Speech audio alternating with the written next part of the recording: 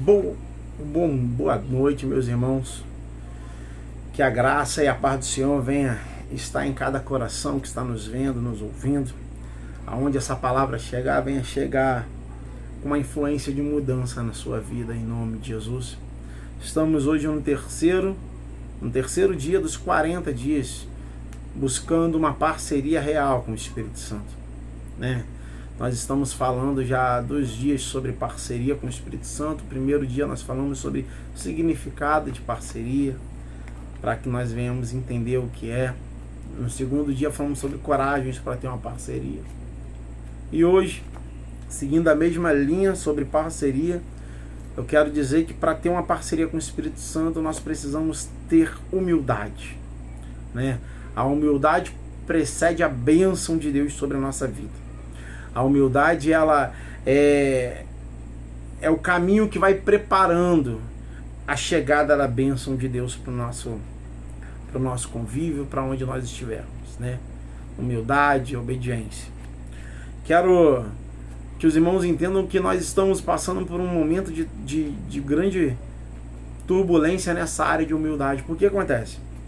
Quando nós nos dedicamos a Deus, quando nós nos tornamos um parceiro do Espírito Santo, automaticamente Deus ele vai nos levando a lugares onde nós não fomos ou não iríamos fosse pela força do nosso próprio braço ou pela nossa própria inteligência ou sabedoria, né? Mas Deus ele vai lá e automaticamente ele abençoa, ele levanta o servo dele, ele exalta o servo e a serva dele. E se o servo e a serva dele não tiver direcionamento espiritual, não tiver uma humildade para entender que tudo vem de Deus, tudo é para Deus e tudo pertence a Deus, esse servo e essa serva acaba caindo. Entende? O diabo ele tem usado muito esse artifício para enganar muitos cristãos. Ele tentou usar isso também até para enganar o próprio Jesus, ludibriar o próprio Jesus. Se você for ler na tentação de Jesus lá no capítulo 4 de Mateus, vai dizer que o diabo levou Jesus para um lugar muito alto. E ele mostrou todos os reinos para Jesus. E ele falou assim, ó, se você tão somente me adorar, eu vou dar isso para você, para tirar a essência de humildade de Jesus, né? E o diabo tem feito isso e muitos irmãos têm caído nisso, muitos irmãos têm se dobrado diante disso. E não precisa ser diante de muita coisa, não. Temos dado ênfase, dizendo que nós conseguimos alguma coisa pelo nosso próprio esforço, pelo nosso próprio trabalho, pela nossa própria força de vontade, pela nossa própria sabedoria. E eu tenho algo para dizer, que se não for Deus a nos dar a oportunidade de fazermos, nós não iremos a lugar nenhum. Se não for Deus a nos dar a oportunidade de vivermos mais um dia, nós não poderemos fazer nada. Se não for Deus a nos dar a oportunidade de nós respirarmos, nós não iremos a lugar nenhum. Entende isso? Eu quero trazer para a meditação dos irmãos um exemplo bem claro que a Bíblia nos conta, que se encontra em 2 Crônicas, no capítulo 26. Nós vamos ler, depois eu vou explicar aos irmãos. Vai dizer assim, ó, capítulo 26 de 2 Crônica, a partir do verso 1. Então todo o povo de Judá proclamou rei a Uzias, de 16 anos de idade, no lugar de seu pai Amazias. Foi ele que reconquistou e reconstruiu a cidade de Elate para Judá. Depois que Amazias descansou com seus antepassados, Uzias tinha 16 anos de idade quando tornou rei, e reinou 52 anos em Jerusalém. Sua mãe era de Jerusalém e chamava-se Jecolias. Ele fez o que o Senhor aprova, tal como o seu pai Amazias, e buscou a Deus durante a vida de Zacarias, que o instruiu no temor. Zacarias, no entanto, era o profeta daquela época, no final do reinado de Amazias até o início do reinado de Uzias, tá? Depois, quem começa a ser o profeta seria Isaías, e nós vamos ler essa referência também, Isaías no capítulo 6, né, no chamado de Isaías. Vamos lá, continuamos. E buscou o Senhor durante a vida de Zacarias, que o instruiu no temor de Deus, enquanto buscou o Senhor, e Deus, enquanto ele buscou o Senhor, Deus o fez prosperar, né? E aí continua no verso 6, ali vai dizer: ele saiu à guerra contra os filisteus e derrubou os muros de Gate, e Jabne, e Asdod. Depois reconstruiu as cidades próximas de Asdod e os outros lugares do território filisteus. Deus o ajudou contra os filisteus. Deus o ajudou contra os filisteus, contra os árabes que viviam em Gurbaal e contra os meunitas. Os amonitas pagavam tributo a Uzias, e a sua fama estendeu-se até a fronteira do Egito, pois havia se tornado muito poderoso. Uzias construiu torres fortificadas em Jerusalém, junto à porta da esquina, à porta do vale e no canto do muro. Também construiu torres no deserto e cavou muitas cisternas, pois ele possuía muitos rebanhos. Na Cefalá e na planície, ele mantinha trabalhadores em seus campos e em suas vinhas, nas colinas e nas terras férteis, pois gostava de agricultura. Verso 11, continuando. Uzias possuía um exército bem preparado, organizado em divisões de acordo com o número de soldados, convocados pelo secretário Jeiel e pelo oficial Masseia, sob o comando de Ananias, um dos oficiais do rei. O total de chefes de família no comando de homens do combate era de 2.600. Sob o comando deles havia um exército de 307.500 homens treinados para a guerra, uma força poderosíssima que apoiava o rei contra os seus inimigos. Uzias providenciou escudos, lanças, capacetes, couraças, arcos e atiradeiras de pedra para todo o exército.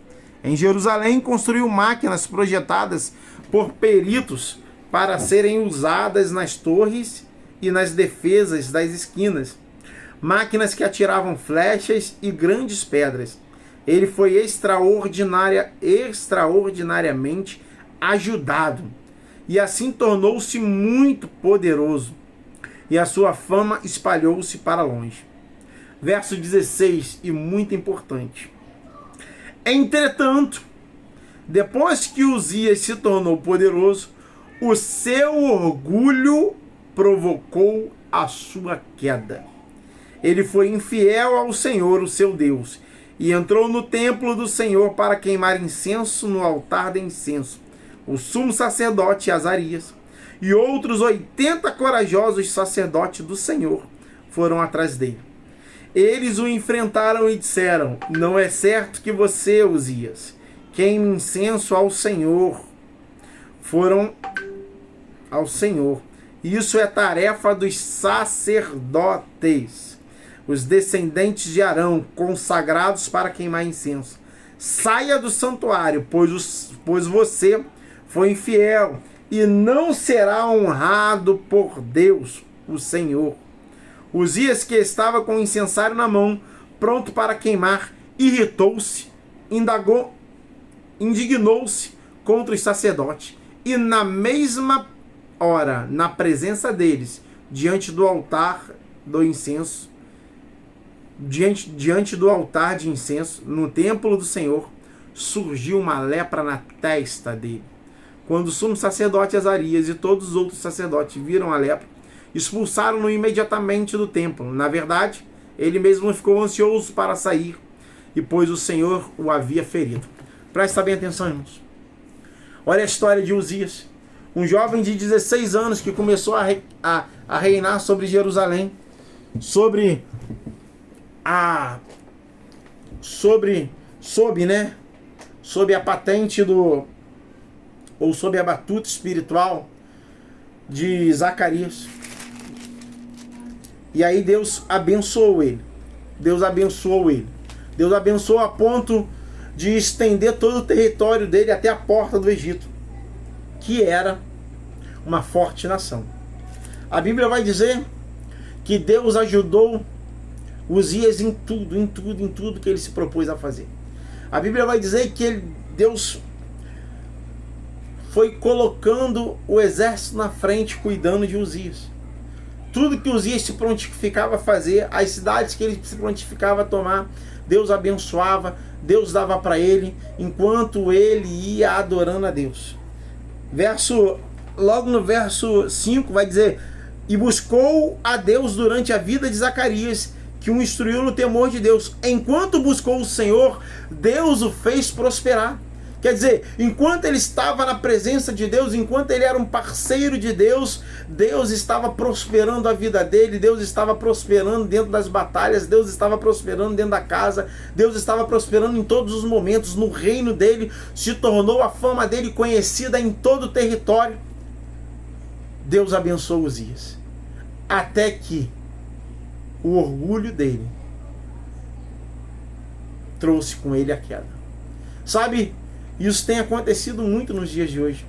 As pessoas buscam a Deus e Deus se revela a elas, Deus abençoa elas, Deus coloca elas em lugares onde elas não poderiam estar, e elas começam a achar que elas chegaram ali por conta própria.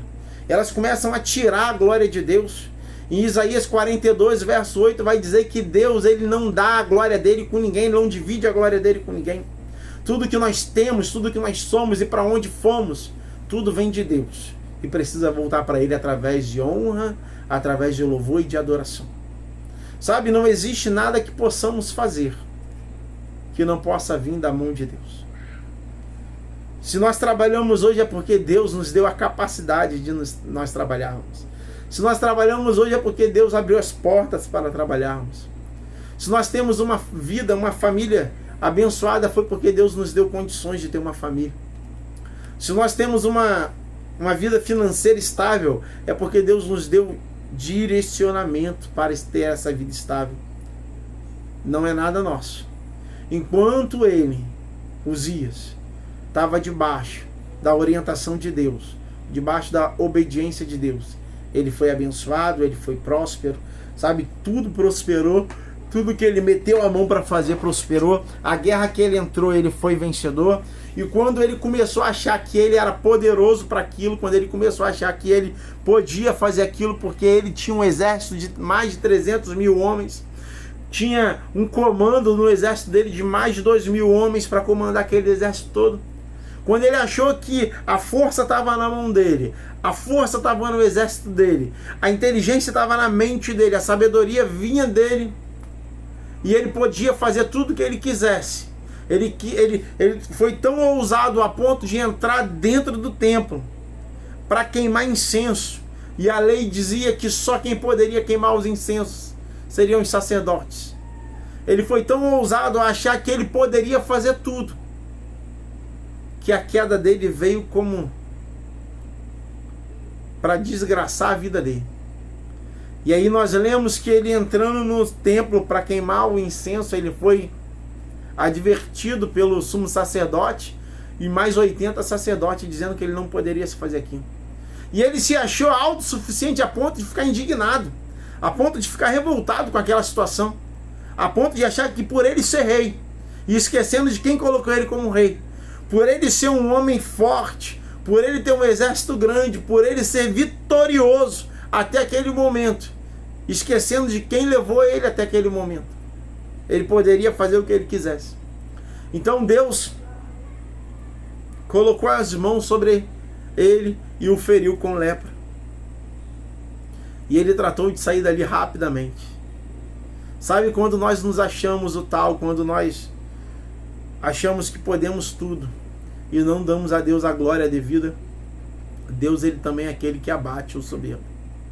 Não é só o Deus que levanta o humilde, mas também é o Deus que abate o soberbo. Então que toda soberba venha sair da sua vida, que toda falta de humildade venha sair da sua vida, que você venha querer ser como Uzias aos 16 anos e não no final do reinado dele. Que nós venhamos buscar a Deus em tempo integral, que nós venhamos entregar a nossa vida a Deus, que nós venhamos honrar a Deus com toda a nossa força, com todo o nosso ser, com todo o nosso coração, entender que Deus é Deus na nossa vida e que nada vai tirar isso. Sabe, nós vamos ver que Nós não somos nada. Eu lembro de Gideão, que quando Deus fala para ele: Gideão, você vai ser usado para tirar o meu povo das mãos dos filisteus, dos midianitas. E Gideão, ele levanta um exército de 37 mil soldados. E Deus falou assim: não, Gideão, tem muita gente aí. Se vocês vencerem com 37 mil, Israel pode achar que venceu com a força do próprio braço. Sabe? Nunca é pela força do nosso próprio braço. Nunca é pela nossa inteligência. Nunca é pela nossa sabedoria. É pela misericórdia de Deus sempre. Pela graça de Deus sempre. Para Ele, toda a honra, todo o louvor e toda a glória. O que vem dEle é graça, é bênção. E o que volta para Ele é a nossa adoração. Então que você não ache que naquilo que Deus está te usando, naquilo que até o dom dele tem te usado para exercer sobre a vida de outras pessoas, não ache que é pela força de você mesmo, nem por merecimento, porque nós não merecemos nada, mas que você venha entender que tudo veio dele, tudo é dele e tudo se volta para ele.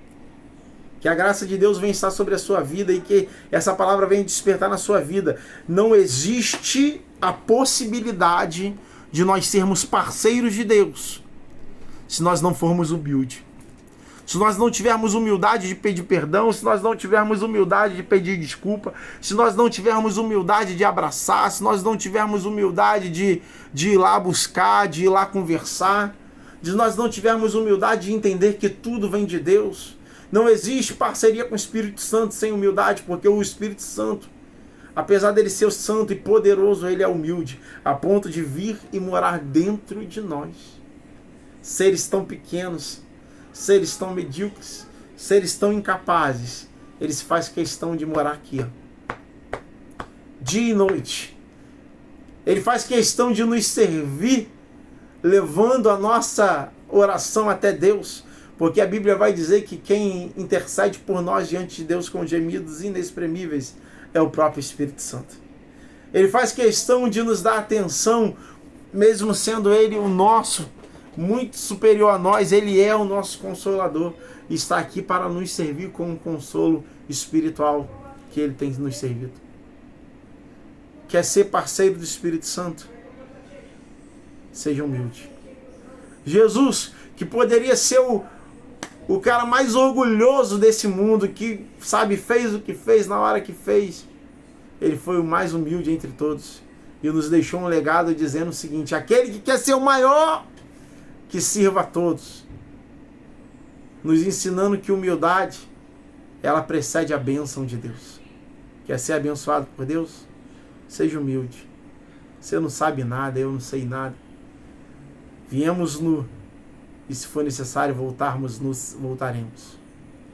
Viemos do pó e para o pó retornaremos.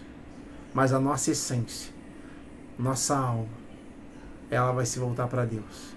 Se nós mantivermos a nossa vida em santidade. Mantenha a sua vida em santidade, na humildade de Deus. Que Deus te abençoe e prospere, que Deus cuide de você, que Deus cuide da sua família e que todos os passos que você der, Deus venha prosperar a sua vida. Em nome de Jesus. Que se cumpra o que está em Deuteronômio 28. Que as bênçãos do Senhor te acompanhem aonde você estiver. Em nome de Jesus. E até amanhã para o quarto dia. Em nome de Jesus.